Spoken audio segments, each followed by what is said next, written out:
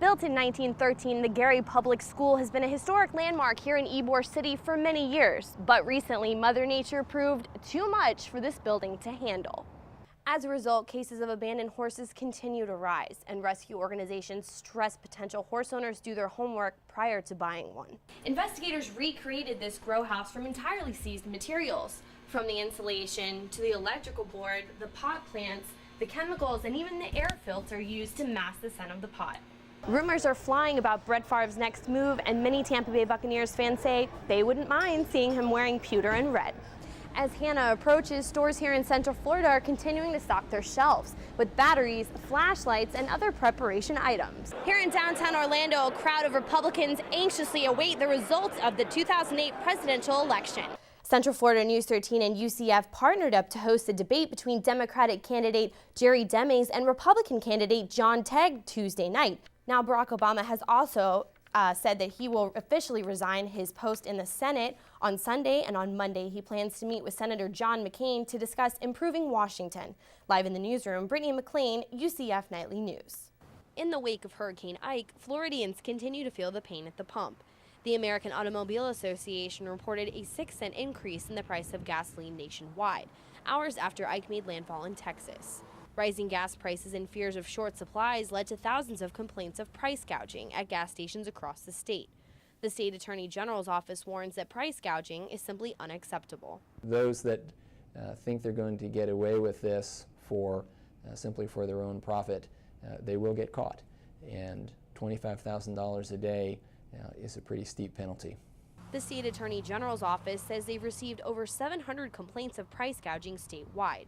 And earlier this week, subpoenas were issued to the corporate offices of 4 major gas stations, requiring proof that a price hike was justified. Many gas stations in Central Florida are charging average prices for gas, but some motorists say they've seen gas stations charging even higher prices in other parts of the area.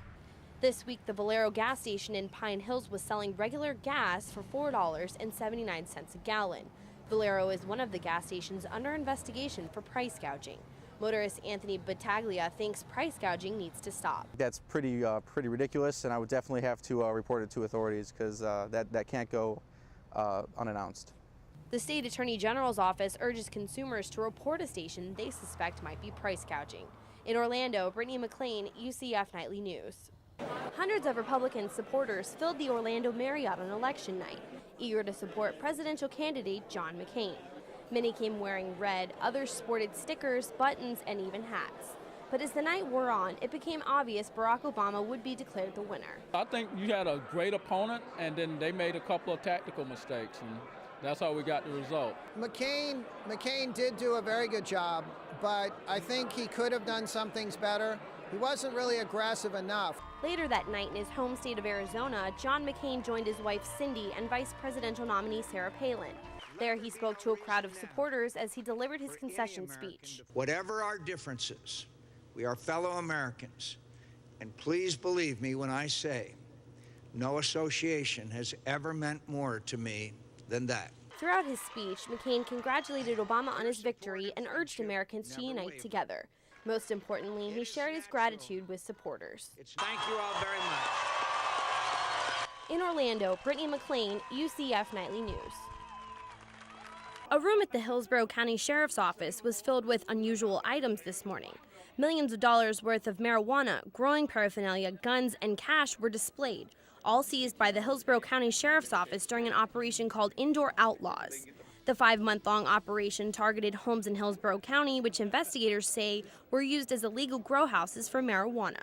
Hillsborough County Sheriff David G. wants the community to be aware of what's happening. This is organized crime, and they're in it for the money. It's easy money.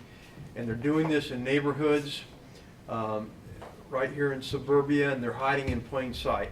Sheriff G says the operation was the largest in the county's history and resulted in 62 seized homes, $1.6 million worth of growing equipment, and a street value of $13 million worth of marijuana.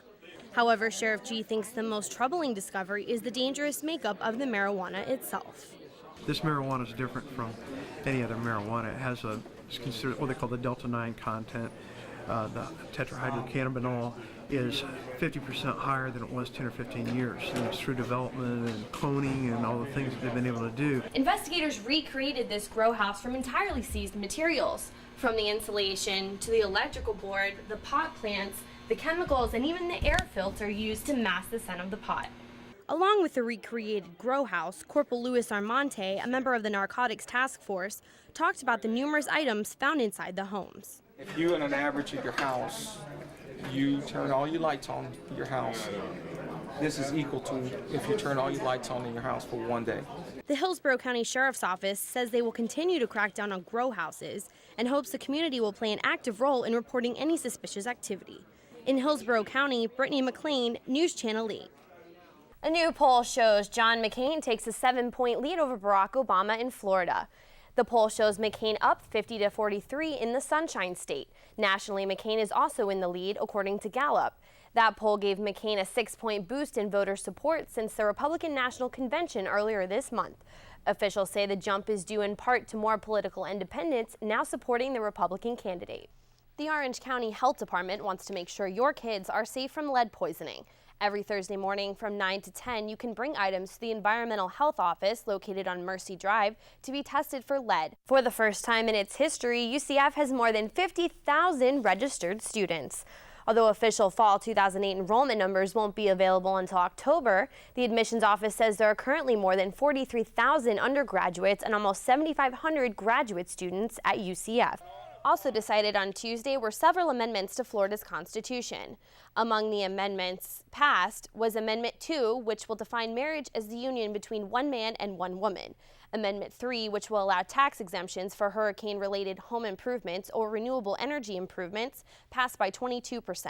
Amendment 8, which would have provided additional local funding for community colleges, failed.